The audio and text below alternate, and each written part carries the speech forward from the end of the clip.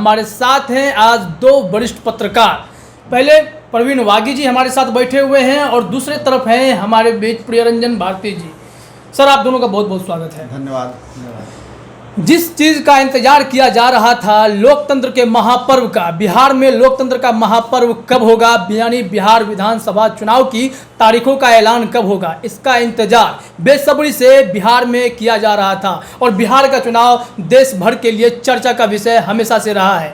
तो इसका ऐलान आज कर दिया गया है। चुनाव आयोग ने पूरी घोषणा कर दी है, यानी इस बार 3 चरण में चुनाव होने हैं, जिसमें 28 अक्टूबर, 3 नवंबर और 7 नवंबर को बिहार विधानसभा चुनाव के लिए मतदान किया जाएगा और 10 नवंबर को गिनती हो जाएगी। हम इसी मुद्दे पर बात करने वाले हैं हम अपने वरिष्ठ सहयोगियों से, और हम जानेंगे कि इस बार का विधानसभा चुनाव कई महीनों में कैसे खास है और पिछले बार जो चुनाव हुआ था उसकी अगर तुलना की जाए तो क्या बदल गए हैं इस बार। सबसे पहले प्रवीण सर, हम आपसे जानना चाहेंगे, इस बार जो आपने चुनाव आयोग की घोषणाओं को सुना, क्या अंतर देख रहे हैं पिछले बार के मुकाबले में?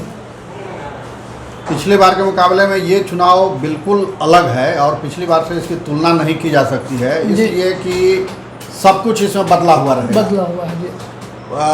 प्रचार का तरीका जो है वो बदला रहेगा, मतदाताओं का जो बिहेवियर रहेगा वो बदला हुआ रहेगा, बूथों पर जो व्यवस्था है वो बदली हुई रहेगी, और जो मतदान कर्मी रहेंगे उनका पोशाक वो पीपीई किट में पहन के रहेंगे। तो मुझे लगता है कि ये चुनाव का एक्चुअली ये समय उचित नहीं था। अभी का जो माहौल है, जो स्थिति है, और कोरोना के चलते जो संकट पूरा देश झेल रहा है, उसमें चुनाव कराना अभी उचित नहीं होता। मगर चुनाव आयोग ने क्या सोचा, क्या सर्वे किया, उसने मुझे पता नहीं, उसकी जानकारी नहीं। मगर ये फैसला आप ले लिया है तो चुनाव तो होगा, मगर इसके दुष्परिणाम चुनाव के बाद देखने को मिलेंगे। ये एक मुझे लग रहा है कि कोरोना का समय चल रहा है, कोरोना का समय चल रहा है, और कोरोना की महामारी कहीं ऐसा ना हो कि एक बार फिर दोबारा से लौट आए इस चुनाव के बाद। ये खतरा मुझे दिख रहा है।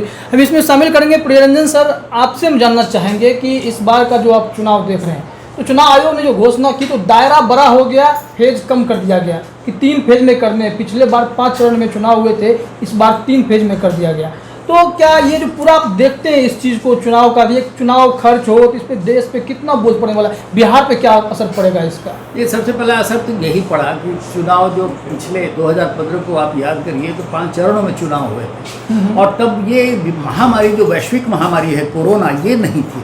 कोरोना काल में ये पहला चुनाव लोग कह रहे हैं, मैं ये कह रहा हूँ कि कोरोना है ही पहली बार विश्व में, तो इसमें ये जब चुनाव, जब ऐसा संकट आया हुआ है विश्व पर, तो ऐसे में चुनाव होना ये तो अभूतपूर्व है, क्योंकि सारे लोग डरे सहमे हुए हैं। हाँ, किसको कौन सी बीमारी, एक अखबार में मैं आज ही पढ़ रहा था कि नेगेटिव आने के बावजूद लोगों का फेफड़ा बेकार हो जा रहा है, संक्रमित है वो अंदर से, लेकिन रिपोर्ट निगेटिव आ रही है।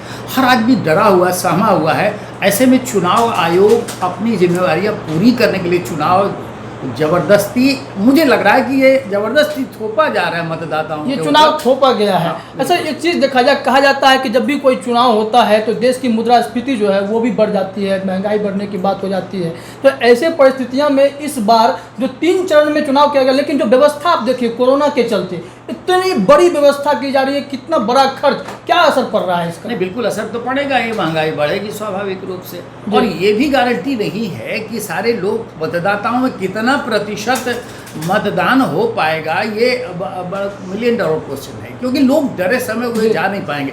लेकिन इतनी तैयारियां, इतनी जद्दोजहद की जा रही है। अब आप कल्पना कीजिए 42,000 से ज़्यादा मतदान केंद्र, एक मतदान केंद्र पर 1,000 मात्र लोग मतदाता जा सकेंगे। उनके लिए सेफ्टी के उपाय किए जा रहे हैं, उनके मास्क, सैनिटाइजर, ये उनकी दूरी, और उसमें फिर चुनाव कर्मी जो लगेंगे उन पर जो खर्च आ रहा है। महंगाई तो बढ़ेगी बेशक, और महंगाई, अभी हमारे साथी कह रहे थे कि आफ्टर इफेक्ट जो चुनाव का होगा वो कहीं भयावह हो सकता है। तो प्रवीण सर, इसमें एक चीज़ हम लोगों ने जब ये सुन रहे थे तो कहा गया कि कोरोना मरीजों को भी वहाँ भेज दिया जाएगा, आखिरी में अनुमति है। हाँ, तो ये किस हिसाब से, मतलब कि कोरोना मरीज जाए नहीं जाए, और ये जाना जरूरी है क्या? मतदान कर्मी वहाँ पे लाखों लोगों को लगाया गया है, इतना बड़ा दायरा कर दिया गया है, बूथों की संख्या बढ़ा दी गई है, तो ये फैसला सर इसको कैसे देख रहे हैं आप?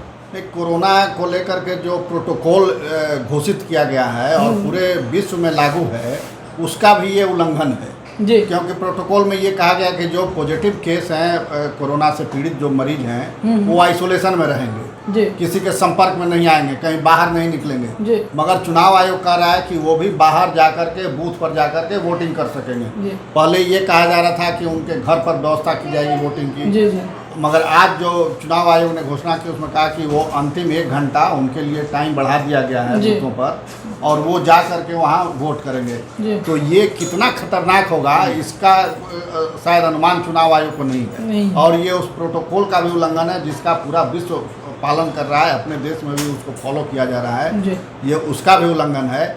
और खुद चुनाव आयुक्त, मुख्य चुनाव आयुक्त ने कहा कि 70 देशों में चुनाव स्थगित किए गए कोरोना के जी जी चलते। ये कहा गया है, तो जी। फिर आपके यहाँ कौन सी मजबूरी थी कि आप 70 देशों का जो उदाहरण है उसको पीछे छोड़ करके और चुनाव करा रहे हैं?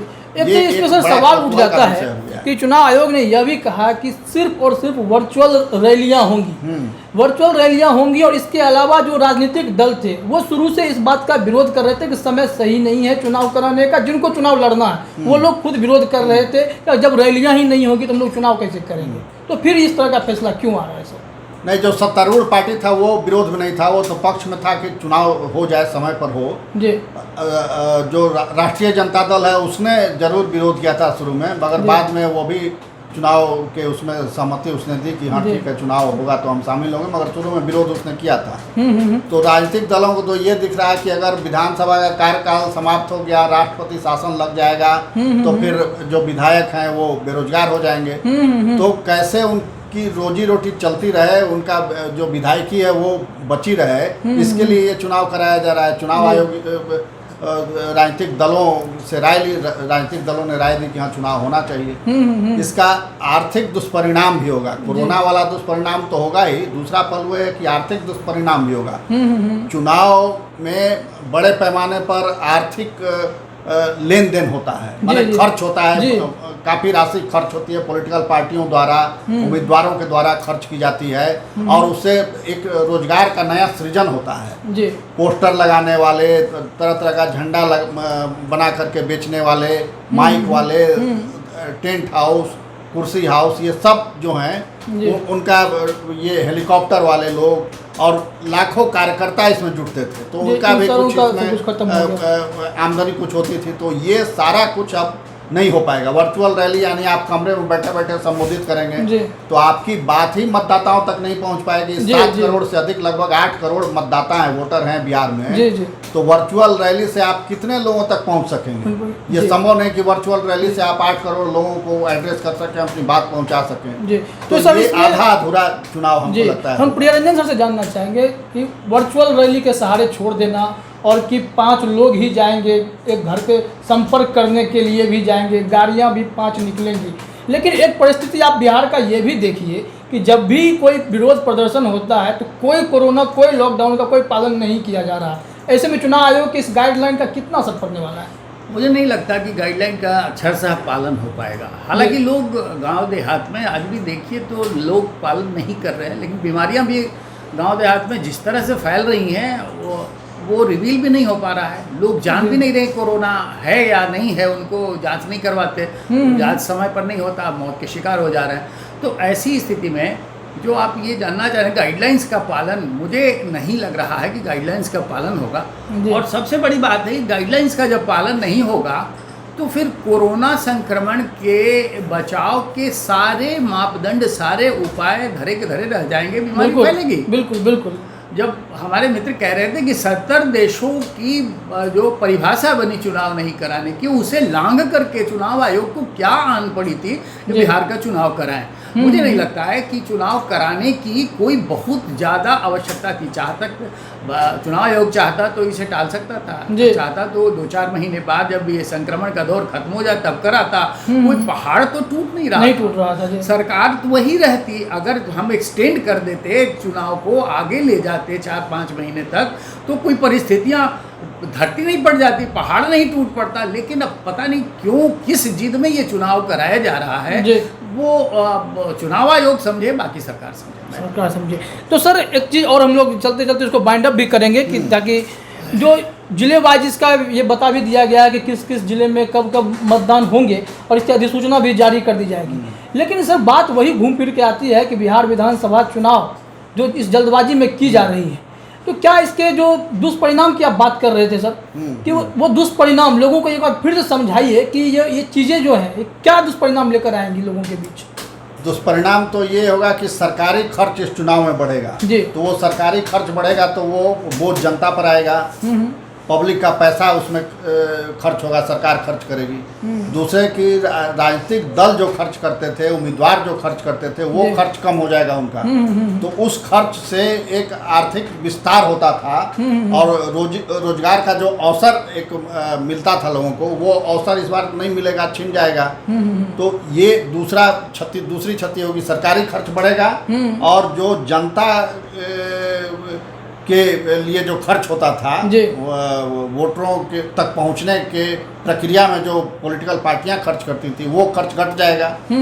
तो इससे आर्थिक संकट बढ़ेगा देश में। और तीसरी बात यह है कि जो कोरोना अभी थोड़ा सा लग रहा है कि नियंत्रित दिख रहा है, जैसे पहले भयावह रूप था अभी वैसा नहीं है, मगर चुनाव के बाद मुझे इस बात की आशंका दिख रही है कि एक बार फिर से पुराना स्वरूप लौटेगा कोरोना का, महामारी। कई ऐसे उम्मीदवार सर चुनाव में खड़े होते हैं जो कम्प्लीटली इस दौरान अपने चुनाव प्रचार पर ही डिपेंड रहते हैं। एक टिकट मिल गया लेकिन मैदान जब तक पब्लिक से कनेक्ट नहीं हो पाते हैं तो ऐसे में उनका प्रचार पे असर भी पड़ेगा। और इसके साथ ही देखा जाए तो जो डिजिटल की हम लोग बात करते हैं, बिहार उतना डिजिटल तो है नहीं। तो इसमें डिजिटल कंपनियों का रोजगार बढ़ेगा। ये जरूर है कि बाहर से कंपनियां बुलाई जाएंगी, क्योंकि अब गांव देहात के भी जो उम्मीदवार खड़े होंगे ग्रामीण क्षेत्र में, उनको भी प्रचार करने के लिए इसका सहारा लेना पड़ेगा। तो डिजिटल कंपनियों का कारोबार जरूर बढ़ेगा, आईटी सेक्टर का कारोबार बढ़ेगा, उनको फ़ायदा होगा। और इस बहाने ये भी है कि लोग थोड़ा सा अवेयर भी हो जाएंगे कि कैसे इसका इस्तेमाल किया जाए। एक नई टेक्निक भी लोग जान जाएंगे, हालांकि बहुत विस्तार हुआ है उसका, तो ये एक नई टेक्निक जानेंगे। और एक चीज़ और अच्छा किया है चुनाव आयोग ने, कम से कम 3 चरण में कराया है। पिछला 5 चरण था, तो 3 चरण कम है, ड्यूरेशन कम है, तो इससे ड्यूरेशन कम है, लेकिन उसकी वजह से व्यवस्थाएं इतनी बढ़ाई गई हैं कि चुनाव खर्च जो है वो बढ़ गया है। सर आपसे जाते जाते आखिरी सवाल हम ये करना चाहेंगे कि दशहरा और दिवाली के बीच में सब कुछ को निपटाने की तैयारी है। एक तरफ लोग इंतजार कर रहे थे कि हमारा स्कूल खुले, हमारा जो बिजनेस बंद हो चुका है वो शुरू हो जाए, तो यह समय ये नहीं था, ये वक्त हुआ नहीं था कि बिहार को ज़रूरत थी इस वक्त आत्मनिर्भर बिहार की यहाँ बात की जा रही है, इन लोगों को पहले खड़ा कर लेते, कुछ समय बाद चुनाव करते। मैं वही तो कह रहा था, अभी आत्मबल बढ़ाना, आत्मनिर्भर बनने का मतलब होता है कि हम आत्मबल से लवरेज हों। जब तक हम पूरी तरह से अपने पैरों पर नहीं खड़े होंगे हम आत्मनिर्भर हो ही नहीं सकते। सही कहा आपने कि न अभी बच्चे स्कूल जा रहे हैं, न कोई कर्मचारी बिल्कुल अपने मन से डर को निकाल कर काम पर जा पा रहा है, न व्यापार न उद्योग धंधे चालू हो पाए हैं। आत्मनिर्भर कैसे होंगे? ऐसे में चुनाव की जो समस्या आन पड़ी है, मैं समस्या इसलिए कह रहा हूँ कि जिस तरह से डिजिटली आप चुनाव कराने की बात कर रहे हैं, चुनाव आयोग कर रहा है, कितना वो मापदंडों पर सही उतरेगा, लोग प्रचार में सही वही करेंगे जो चुनाव आयोग कर रहा है, वो देख के बाद में पता चलेगा। लेकिन मुझे नहीं लगता कि सारे मापदंडों का पालन हो पाएगा, और मापदंडों का उल्लंघन होना ही अपने आप में एक भयावहता की स्थिति पैदा कर देगा। ऐसी परिस्थितियों में जब आने वाले दौर में जब पर्वों का मौसम शुरू होगा, त्योहारों का मौसम शुरू होगा, उसमें हम लीक पर लौटने वाले हैं। फिर हमारे साथी जो आशंका व्यक्त कर रहे थे कि हम कोरोना के भयावह दौर में जा सकते हैं, मुझे भी लगता है कि हम इस चुनाव के बहाने से फिर एक भयावहता की स्थिति में लौट ना कहीं जाएं, और चुनाव आयोग को इसको सोचना पड़ेगा। चुनाव आयोग को ये भी व्यवस्था कर देनी चाहिए कि अगर चुनाव के कारण किसी भी मतदाता को संक्रमण होता है तो उसको वो कितना मुआवजा दे। ये चुनाव आयोग ने व्यवस्था नहीं की है, और ये लोगों को मांग करनी चाहिए, मतदाताओं को मांग करनी चाहिए। हम चाहते हैं कि आप चुनाव आयोग को इस माध्यम से सचेत करें कि मतदाताओं के लिए भी अलग से व्यवस्था करें। इसमें एक बात मैं और जोड़ना चाहता हूँ कि चुनाव में 3 पक्ष होते हैं, एक सरकार, दूसरी पॉलिटिकल पार्टी और तीसरा वोटर। और सबसे महत्वपूर्ण भूमिका वोटरों के लिए ये चुनाव होता है। तो सरकार की राय ली चुनाव आयोग ने, पॉलिटिकल पार्टियों की राय ली गई, मगर वोटरों से कहीं कोई राय नहीं ली गई। वोटरों कुछ नहीं पूछा, क्या चाहते हैं, वोट देना चाहते हैं नहीं देना चाहते हैं, ये नहीं जाना गया, यानी उनकी उपेक्षा हुई। तो ये एक चूक हुई है जी। बड़ी। और दूसरे की चुनाव की घोषणा अब हो ही गई है तो चुनाव तो होगा, मगर इसका विकल्प ये हो सकता था कि जैसे आप वर्चुअल रैली करवा रहे हैं जी तो उसी तरह ऑनलाइन वोटिंग की व्यवस्था कर जी, देते कि जी, लोग जी। घर बैठे वोट कर देते तो वो ज़्यादा सुरक्षित होता जी। और लोग आराम से वोट देते, वोटिंग रेशियो भी हाई होता। जी जी तो वो एक विकल्प था जिसको चुनाव आयोग ने उस पर ध्यान नहीं दिया। तो ये करना चाहिए था। मगर अब अंत में यही हम लोग अपील करना चाहेंगे जी। कि अब वोटर सावधानी पूर्वक जरूर निकलें घर से और वोट करें, क्योंकि अब चुनाव 5 साल में वोट एक बार देना तो आता है। जरूरी भी वोट है। देना राष्ट्रीय कर्तव्य है हमारा। जी, जी। तो इसलिए वोट देने के लिए जरूर हम जाएं, निकलें घर से, मगर सावधानी बरतते हुए कि कहीं कोई कोरोना लेकर के उधर से घर न लौटें, ये जरूर रखें। तो अभी आप सुन रहे थे, हमारे साथ थे प्रवीण बागी जी और प्रियरंजन भारती जी। इन दोनों से आपने चुनाव आयोग की घोषणा के बारे में, उसके आफ्टर इफेक्ट्स के बारे में और मतदान की प्रक्रियाओं पर जो सारे समस्याएं जो आपके मन में सवाल थे, हमने उन पर चर्चा की है। भले ही यह राजनीतिक दलों के लिए लोकतंत्र का महापर्व हो, लेकिन आम जनता के लिए जरूर टेंशन देने जैसा है। अगर कुछ बीमारियां फैल जाती हैं या कोरोना का दुष्प्रभाव जो होता है भयावह रूप में अगर हमें देखने को मिल जाए इस मतदान के दौरान, तो बिहार के लिए स्थिति कंट्रोल से बाहर भी हो सकती है। तो चुनाव आयोग ने कई बिंदुओं को लैग किया है, यह बात भी हमारे वरिष्ठ सहयोगी बता रहे थे। तो जरूरी है कि आप लोग भी सावधानी बरतें, और अब चुनाव आयोग ने घोषणा कर दी है तो बिहार चुनाव को भी सफल बनाने की जिम्मेदारी भी हमारे नागरिक की है। आप लोगों का सब बहुत बहुत धन्यवाद।